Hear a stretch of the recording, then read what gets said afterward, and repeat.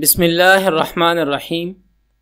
عربی زبان کی آن لائن تعلیم کے سلسلے میں لیکچر نمبر 13 المحاضرہ الثالثۃ عشر اس وقت ہمارے سامنے ہے۔ اس محاضرہ کا موضوع ہے مذکر و مؤنث، میسکولین اینڈ فیمینن۔ اس سبق میں ہم عربی زبان میں مذکر اور مؤنث کے بارے میں سیکھیں گے۔ اس سبق میں آگے بڑھنے سے پہلے مناسب معلوم ہوتا ہے کہ اب تک پڑھے گئے اسباق کا خلاصہ ہمارے سامنے ہو۔ اس وقت اسکرین پر آپ اب تک پڑھے گئے موضوعات دیکھ سکتے ہیں۔ اس سبق میں آگے بڑھنے سے پہلے مناسب ہوگا کہ ہم ان تمام موضوعات کو ذہنوں میں تازہ کر لیں اور جو عربی کے الفاظ ہم نے سیکھے ہیں ان الفاظ کو بھی ذہنوں میں بٹھائیں۔ اس سبق میں آگے بڑھنے سے پہلے ہم عربی زبان کے کچھ نئے الفاظ سیکھیں گے۔ سب سے پہلا لفظ ہمارے سامنے ہے جمل۔ جمل کا معنی ہے اونٹ، کیمل۔ دوسرا لفظ ہے حصان۔ حصان کا معنی ہے گھوڑا، ہورس۔ تیسرا لفظ ہے حمار۔ حمار کا معنی گدھا، ڈونکی۔ اور چوتھا لفظ ہے ثور۔ ثور کا معنی ہے بیل، بل۔ پانچواں لفظ ہے اسد۔ اسد کا معنی ہے شیر، لائن۔ اور چھٹا لفظ ہے ہمارے سامنے فیل۔ فیل کا معنی ہے ہاتھی، ایلیفینٹ۔ ساتواں لفظ ہے عنکبوت۔ عنکبوت کا معنی ہے مکڑی، اسپائڈر۔ آٹھواں لفظ ہے دیک۔ دیک کا معنی ہے مرغا، روسٹر۔ اور نوواں لفظ ہے ہمارے سامنے دجاجہ۔ دجاجہ کا معنی ہے مرغی، ہین۔ اس صفحے پر جو اس وقت آپ کے سامنے ہے، آپ عربی زبان میں مذکر اور مؤنث کی کچھ مثالیں دیکھ سکتے ہیں۔ استاذ یعنی استاد، اور اس کی مؤنث ہے عربی میں استاذۃن، استاذہ، استانی۔ اور اس کے سامنے طالب، طالب علم، اور طالبہ، طالبہ۔ مجتہد محنتی مرد، مجتہدہ محنتی عورت۔ عالم، عالم، اور عالمہ، عالمتن یا عالمہ، عالمہ۔ عامل کام کرنے والا، اور عاملہ کام کرنے والی۔ صالح نیک مرد، اور صالحہ نیک عورت۔ نائم سونے والا، اور نائمہ سونے والی۔ یہ نائم حمزہ کے ساتھ ہے۔ ایک لفظ ہوتا ہے ناعم، عین کے ساتھ۔ ناعم یا ناعمہ، عین کے ساتھ جو ناعمہ ہے اس کا معنی ہوتا ہے نرم و نازک۔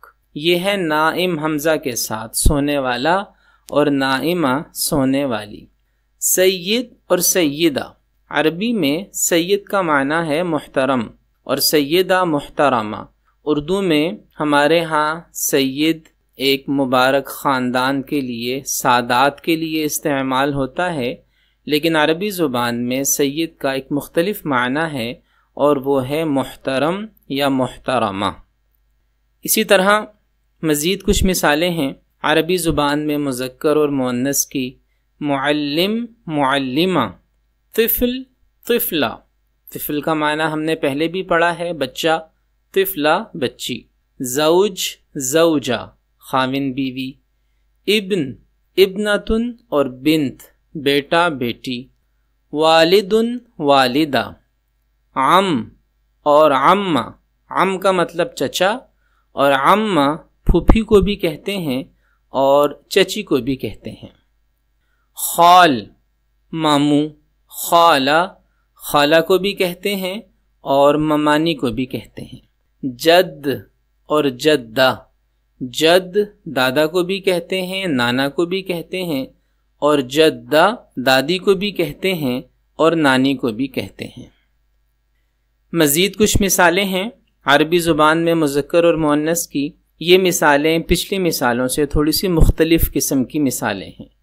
رجل آدمی، امراتن عورت، ابن باپ، امن ماں، اخ بھائی، اخت بہن، عبد غلام، امتن یا جاریہ باندی، ثور بقرہ بیل گائے، جمل ناقہ اونٹ اونٹنی، حصان فرس گھوڑا اور گھوڑی۔ عربی زبان میں گھوڑے کے لیے حصان کا لفظ استعمال ہوتا ہے، اور جو فرس کا لفظ ہے عام بول چال کے اندر گھوڑی کے لیے استعمال کیا جاتا ہے، لیکن اصل میں عربی کے اعتبار سے اس کا اطلاق گھوڑے اور گھوڑی دونوں پر ہوتا تھا، لیکن عام بول چال کے اندر یہ جدید عربی کے اندر فرس کا لفظ صرف گھوڑی کے لیے استعمال ہوتا ہے۔ حمار گدھا اور اتان گدھی، یہاں ذہن میں رہے کہ گدھی کو اتان بھی کہتے ہیں اور حمارتن بھی کہتے ہیں، یعنی ایک عام مؤنث لفظ جیسے گول تا لگانے سے لفظ مؤنث بنتا ہے، تو حمارتن بھی عربی زبان میں گدھی کے لیے استعمال ہوتا ہے۔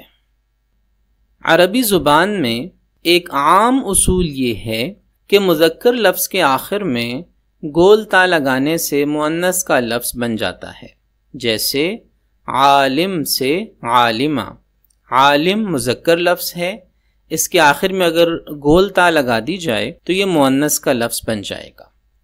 والدن سے والدہ اور سیدن سے سیدہ، یہ ایک عام اصول کی بات ہے کہ مذکر الفاظ کے آخر میں اگر گول تا لگا دی جائے تو مؤنث کا لفظ بن جاتا ہے۔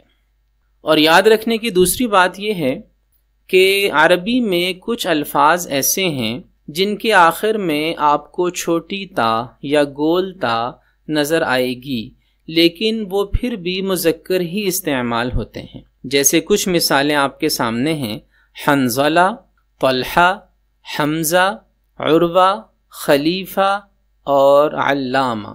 یہ الفاظ عام طور پر مذکر کے لیے استعمال ہوتے ہیں، مردوں کے لیے استعمال ہوتے ہیں، باوجود اس کے کہ ان کے آخر میں گول تا ہے۔ تو بعض الفاظ ایسے بھی ہیں جو چھوٹی تا کے باوجود مذکر کے لیے استعمال ہوتے ہیں۔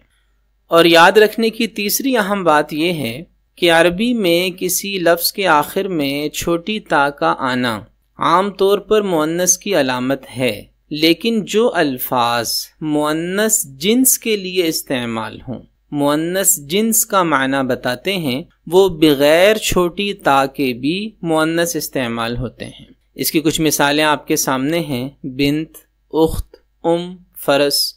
اب یہ الفاظ چونکہ مؤنث کے لیے ہیں، بنت کا معنی بیٹی یا لڑکی، اخت کا معنی بہن، کا معنی ماں اور فرس کا معنی گھوڑی۔ اب یہ الفاظ بغیر گول تا کے بھی مؤنث کے لیے ہی استعمال ہوتے ہیں اور یہ مؤنث الفاظ ہی شمار کیے جاتے ہیں۔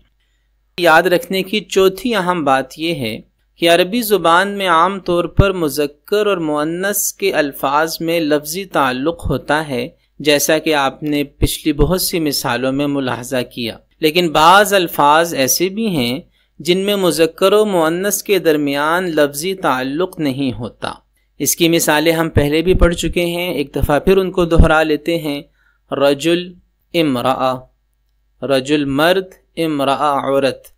اب یہاں آپ دیکھیں کہ مذکر اور مؤنث کے لفظ کے درمیان لفظی تعلق نہیں ہے۔ اسی طرح عبد، جاریہ یا امہ، غلام باندی، ثور بقرہ، جمل ناقہ، یہاں مذکر اور مؤنث کے الفاظ کے درمیان آپ کو لفظی تعلق نظر نہیں آئے گا، تو بعض اوقات ایسا بھی ہوتا ہے۔